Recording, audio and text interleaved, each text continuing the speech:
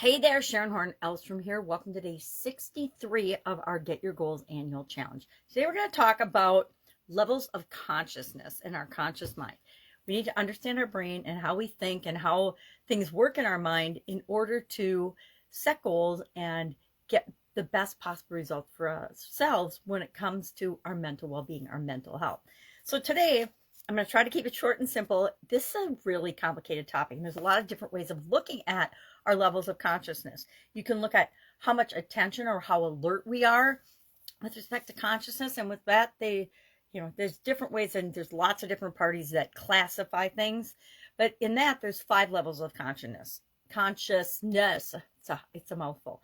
Alert and awake, daydreaming, preoccupied, hypnotic or trance state, which is one of my favorites when I want to de-stress, sleep and dream state, and as well as unconscious. I guess there's states, right? There's states of being and being aware, being awake, knowing what our thoughts, our feelings, our emotions are. How much do we actually experience and feel them in different levels of consciousness?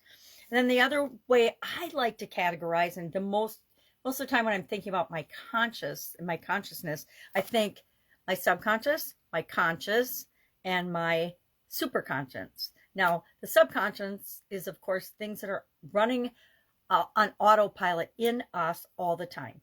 If we had to think about blinking our eyes, blinking our eyes, or breathing, we would have a problem because it would take up so much mental capacity and mind power, we wouldn't really be able to get much else done. If we had to actually know how to digest our food on a conscious level, we would be in trouble.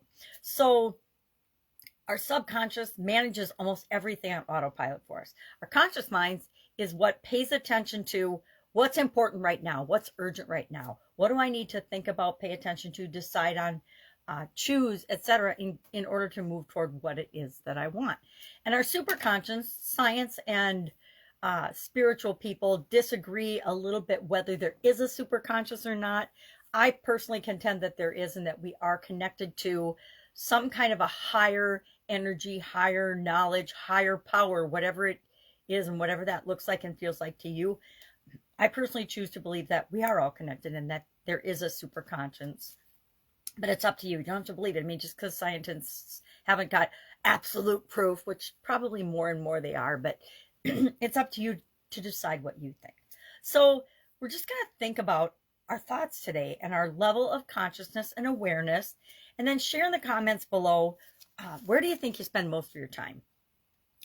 Depends. For me personally, there are some days I spend a lot of my time on autopilot. My subconscious is running the show 90% of the time. And there's other times when, right now, I'm helping out with my 2 granddaughters. One's brand new, 2 weeks old, and I have to be aware. I have to be awake. I have to be alert. I have to be paying attention, especially with her 2-year-old sister. They need a lot of conscious awareness and attending to, and it's fun. It's so fun. But where do you spend most of your time? That's it. That's all we're going to do today. And then tomorrow we're going to dive in. And I think what we're going to do is we're going to spend a day each talking about the conscious mind, the subconscious mind, and how to make sure that we're managing it. It's not just managing us. And then we'll talk about the superconscious too, just because I think it's such a fascinating topic. If there's some other way you'd want to categorize or look at that, hit me up and let me know, and we'll tweak our discussions accordingly. Otherwise, have an absolutely, boy, I need more coffee. Fantastic day, and I will be with you tomorrow.